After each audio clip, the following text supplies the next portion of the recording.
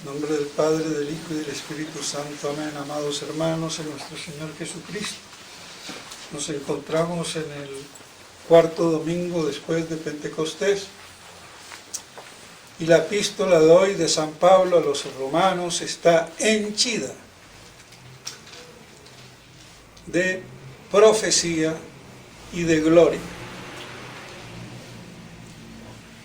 Y no hay que leerla desapercibidamente, y menos de dejar de comentarla, porque no creo que se hagan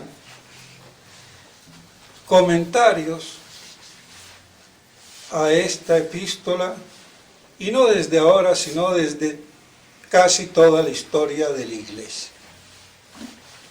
No porque no se hayan hecho comentarios, pero la predicación viva, permanente, constante, ha habido y hay un eclipse, y está llena de dichosa y bienaventurada esperanza. Lo que pasa es que la óptica parusiaca, apocalíptica, milenarista, que ha sido desechada, ultrajada, abandonada, arrinconada,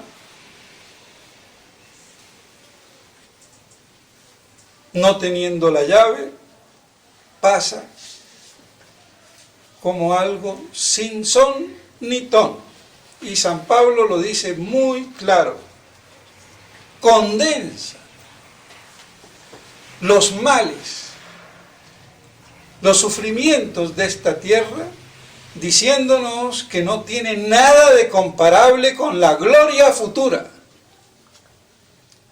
Y esa gloria futura no hay que pegarle un pelotazo y allá arriba en el cielo. Eso es una manera tonta, miope y absurda, antiexegética y escriturística, pero es lamentable que es la que impera. Porque si fuera la gloria futura, bienaventurada, del cielo,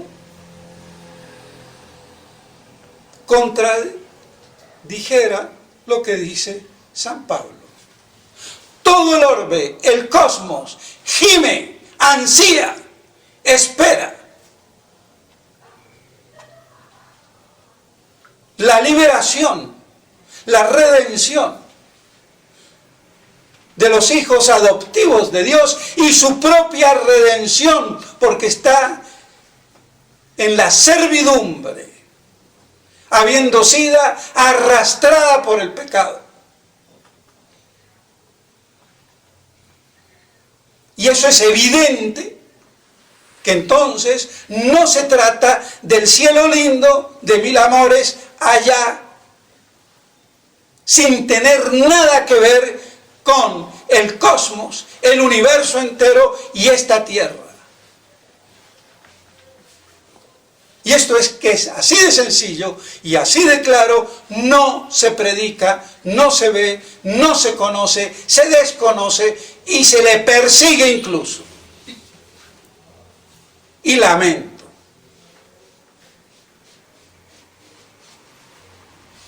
Es que es una crítica muy profunda,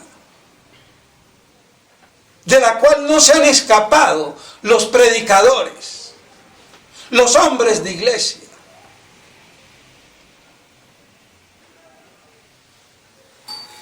Y así convierten los sermones en ñoñiñería. Hay que ir al afecto, a la voluntad, y no saben explicar ni idea de lo que nos propone San Pablo.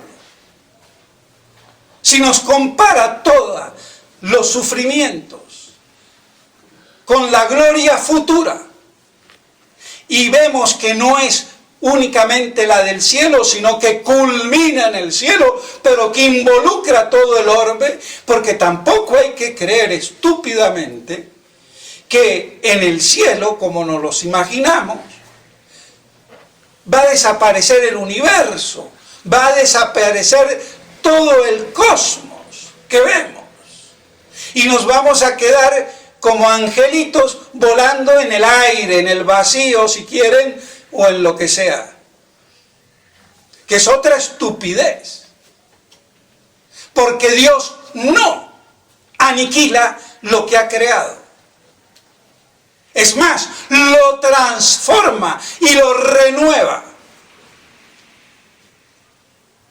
Y por eso en el Apocalipsis se habla por 2 veces de nuevos cielos y de nueva tierra. Y eso quiere decir todo el cosmos. Quede claro. Pero esto también pasa olvidado y nos imaginamos un cielo como si fuéramos angelitos sin cuerpo, resucitados. Vamos a estar como Superman volando como los murciélagos, sí. Tu abuela. Es que nos imaginamos muchas veces mal las cosas. Y claro que el cielo va a existir, pero también incluye la creación de Dios que ansía ver la manifestación de los hijos adoptivos de Dios.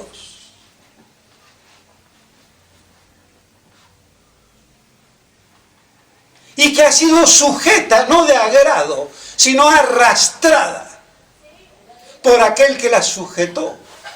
¿Y quién la sujeta? La creación estaba, por lo menos esta tierra, sujeta a Adán.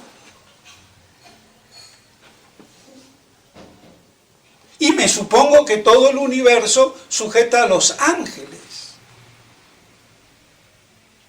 Y con la apostasía de los ángeles, fue que se inauguraron los abrojos y espinas de esta tierra. Y aumentado por el pecado de Adán, la ferocidad y el veneno de las fieras.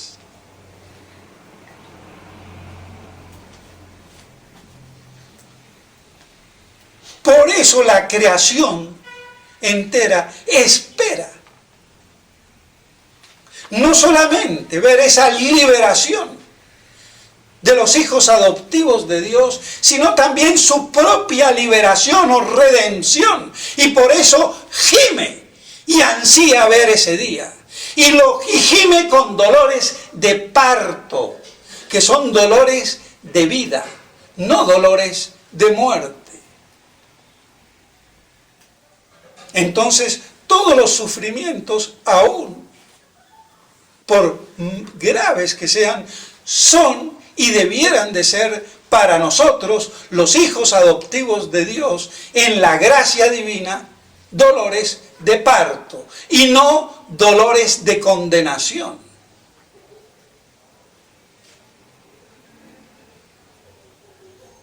Entonces vemos cómo es cosmológico, universal, mundial. Es una redención global, porque tanto la criatura inanimada espera eso. Y San Pablo dice, y nosotros también.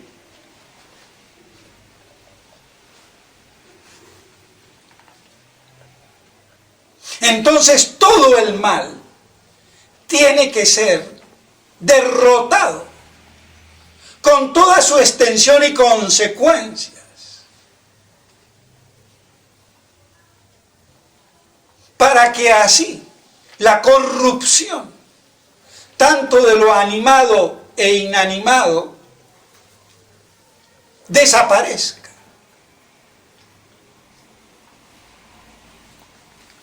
Y por eso entonces también los seres inteligentes,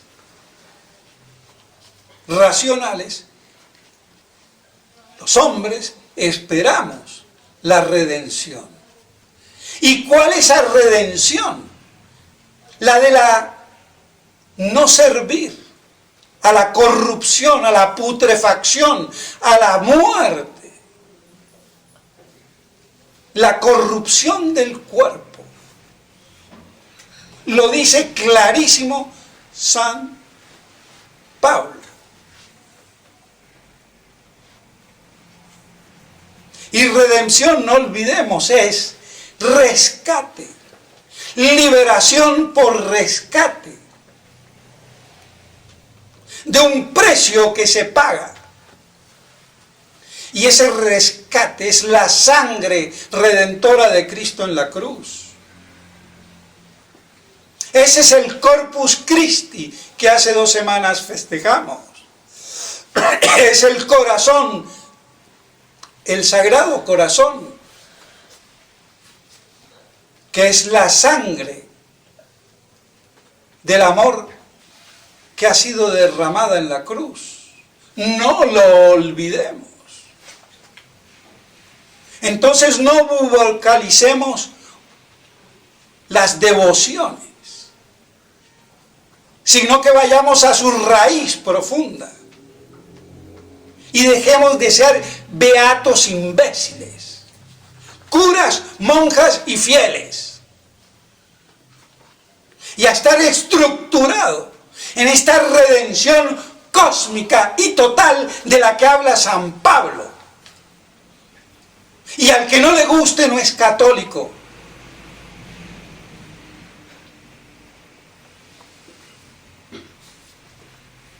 Pero de esto no se habla.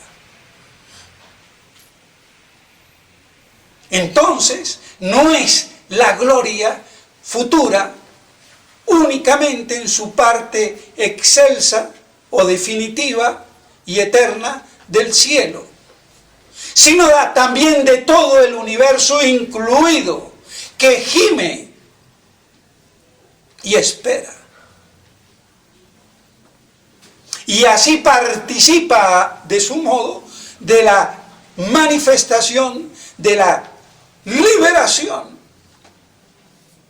de la propia corrupción en el cosmos, en el universo, y de la liberalidad de los hijos adoptivos de Dios, que ya no tendrán la corrupción del cuerpo, porque la redención ya pasó. Pero no están todos sus efectos. Hemos sido redimidos y por eso tenemos la gracia. Pero el cuerpo sigue sujeto al dolor y a la muerte. Y como un camino de ascética y de virtud, para que con fe y esperanza nos sirva lo que ha sido un castigo también de felicidad. ¡Qué contradicción! Aparentemente, si no se tiene fe. Y esa es la cruz que no se entiende, ni se comprende, ni se abraza. Y si se predica de boca para afuera. Entonces, queda claro que esa liberación, en sus efectos, la ansía el cosmos entero y nosotros. Por eso es una redención universal para todas las criaturas.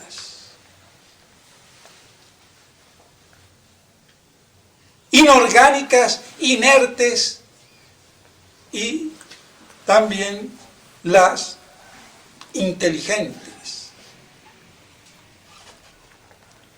en la adopción, porque se habla de adopción en el orden de la filiación por la gracia, que nos transmite, participándonos, la misma naturaleza de Dios, porque no puede ser hijo el que no tiene la misma naturaleza. Eso es ser hijo, proceder de lo otro en la misma naturaleza y especie. Por eso una vaca no para un gato.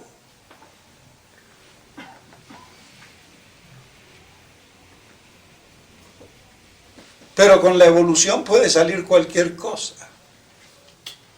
Serán imbéciles. Entonces, esa adopción por filiación en la gracia. Pero es que todo el cosmos también tiene una filiación de vestigio, porque son criaturas de Dios. Y aunque no participan, porque no tienen el privilegio de la naturaleza divina, porque no son capaces de conocer y amar explícitamente a Dios, sino solamente implícitamente dentro del orden cosmológico universal, cumpliendo la finalidad por la que han sido creados, pero que se ha desvirtuado por el arrastre del pecado, tanto angélico como humano, y que espera su liberación. Y tienen un vestigio, ya lo decía San Agustín, hay un vestigio de la Trinidad en todo lo creado.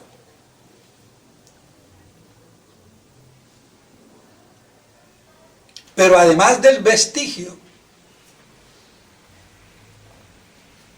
también hay la filiación de imagen,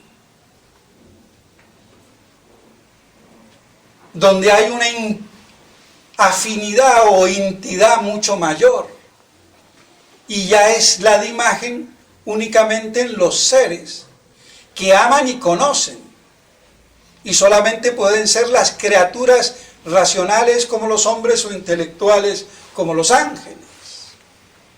Pero hay una imagen por creación. Por eso dice a semejanza e imagen. Orden natural y orden sobrenatural, porque Dios creó a los ángeles y a los hombres en estado de gracia. Esa es la opinión de Santo Tomás.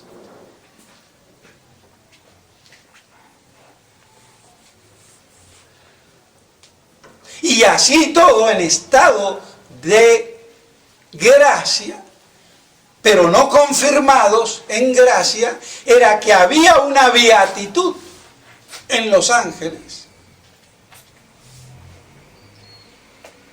Pero no era la beatitud sobrenatural, sino natural.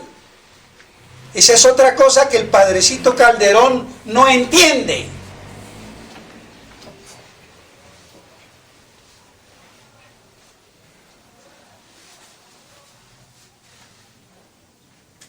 Y por eso pudieron entonces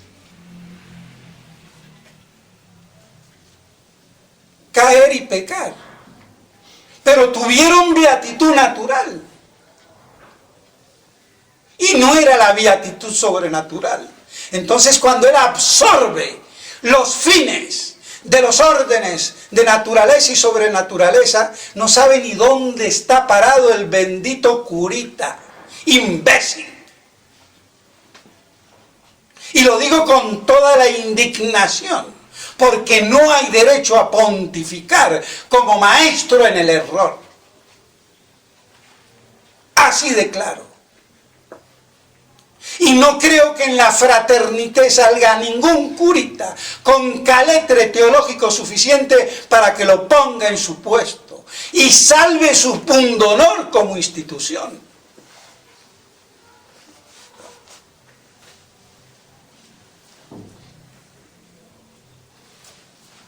Dicho sea de paso. Entonces, amén de esa filiación por imagen de la creación, hay la imagen de adopción en la naturaleza divina, que ya es participada por orden sobrenatural.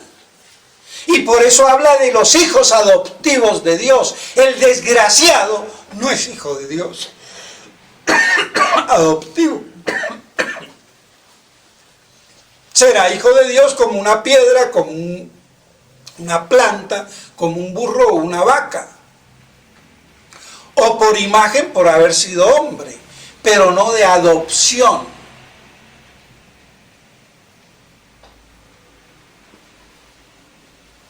Porque no tienen la participación de la naturaleza divina, que es justamente la gracia, como dice San Pedro. Pero este temita de la participación y de la gracia tampoco se entiende bien ni en Ecón. Y lamentablemente hay que remitirse a un modernista, que ahora es el capitoste, allá en Roma, de todo lo científico en el Vaticano, Marcelo Sánchez Sorondo, que es excelente en este punto, porque fue un discípulo del padre Fábro. No sé cómo andará ahora, quizás con una de cal y otra de arena. Pero hay que decirlo porque es lo mejor escrito sobre el tratado de la gracia.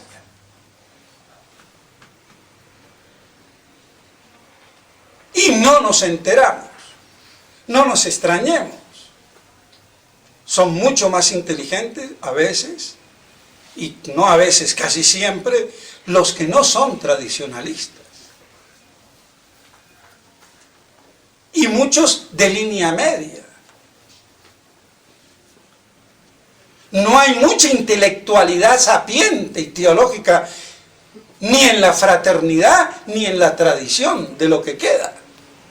Hay que decirlo, porque hay falta de cultura teológica y filosófica. Y no se sabe aprovechar lo bueno que haya. Como decía San Basilio, hay que ser como las abejas.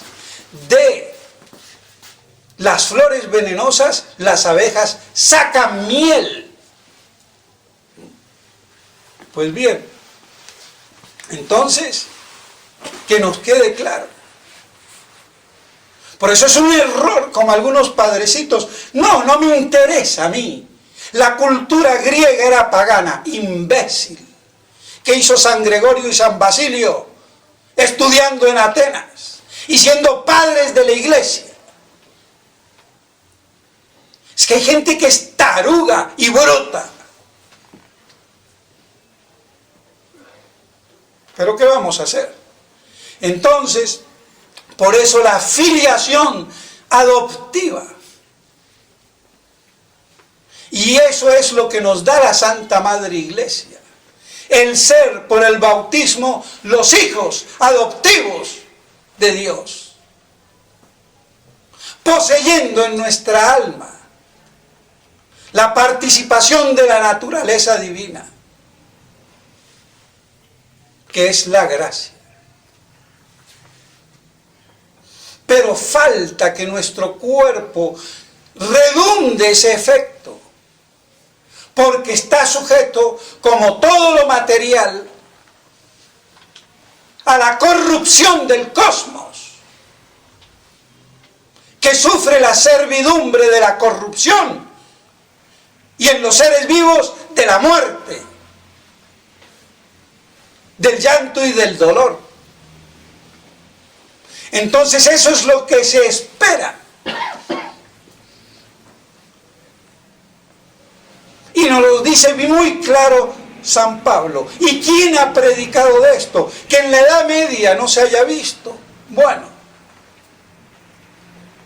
pero como estamos en el fin de los últimos tiempos apocalípticos, ya es hora de que se vea. Y que el curita que se tenga por tradicionalista, o por sabio, o por lo que fuera, se termine de dar cuenta. Y digo curitas porque de los obispos no espero nada. Hay que ser obispo, ponerse un báculo en la mano y una mitra para volverse idiotas.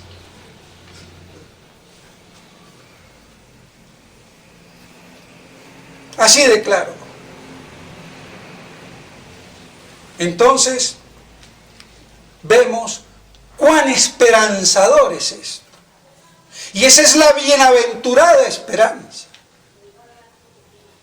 Porque nos está indicando la renovación de todas las cosas, de que hablan las Escrituras en San Mateo 19, en los Hechos. Esa renovación, o apocatástasis, o palinginesia,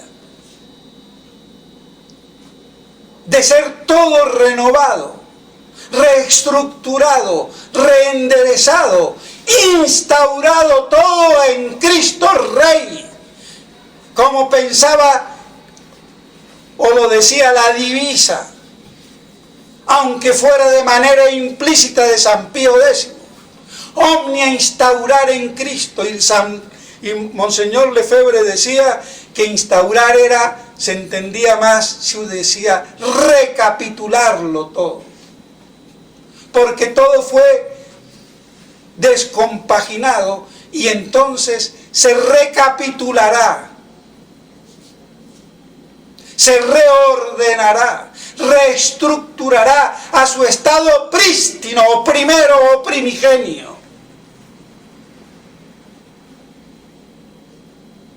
Entonces, toda esa renovación cosmológica de palinginesia o de apocatástasis está ahí. Está en esta epístola. Otra cosa es que los sabionditos miopes no lo vean ni lo quieran ver. Pero ese no es el peor problema, es que no dejan que los demás lo vean. Y aquí hay que darle un palo a Monseñor Ford, porque en esto es un tosudo judaico. Y está en el seminario de su congregación. Y Monseñor Williamson, otro inglés estrambótico.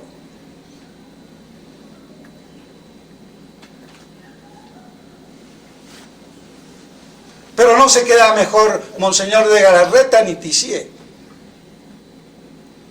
Y el día que hagan un nuevo obispo o varios, porque se les van a morir, ¿de dónde van a sacar? Si no hay paño. Así de claro. Pues bien, entonces vemos cómo es la bienaventurada esperanza, esa gloria futura de todo el cosmos, y que después de 1000 años culminará en el cielo de Dios Padre. Pero es total.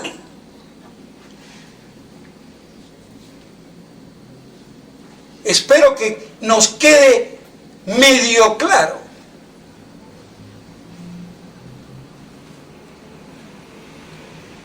Entonces, ¿qué mayor esperanza? ¿Qué mayor glorificación? ¿Qué mayor liberación?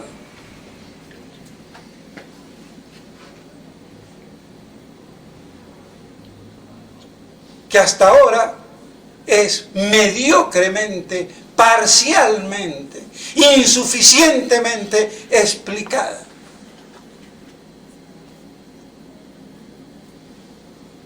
Y nos queremos ir para el cielo borrando de un solo plumazo toda la bienaventurada esperanza del milenio.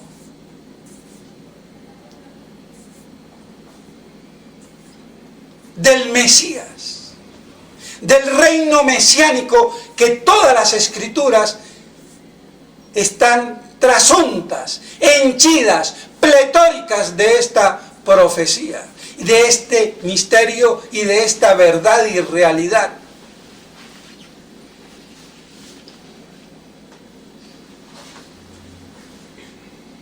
Entonces vemos cómo se han tergiversado, manipulado y mangoneado las escrituras.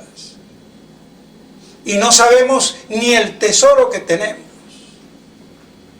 Entonces, en medio de esta crisis, ¿qué son los males comparados a esa gloria futura de las que nos habla San Pablo? Entonces es esperanzador, enriquecedor. Y eso da la verdadera devoción, y no devocioncitas imbéciles, de monjitas bigotudas beatas, y de curitas más imbéciles que las monjitas. Entonces, que eso sea la riqueza que nos haga perseverar. Y por eso decía el padre Castellani que los verdaderos fieles eran los que iban a guardar la fe, esperando esa bienaventurada esperanza, ese milenio, ese reino de Cristo Rey en la tierra. Y una vez que Él tenga todo instaurado, recapitulado, entrega ese reino a Dios Padre, y Él, que es el origen de todo, incluso de la Trinidad, todo vuelve a su origen, y así se cierra el círculo, para no tener fin eternamente, y por eso el reino no tiene fin. Que estas verdades nos ayuden para poder perseverar y preservarnos del error y de la estupidez, y que así podamos entonces esperar, como todo el cosmos, la redención de todas las cosas que tanto espera el universo mundo como los seres inteligentes y racionales como nosotros, para que se plenifique así la adopción de los hijos de Dios en la gracia santificante. En nombre del Padre, del Hijo y del Espíritu Santo. Amén.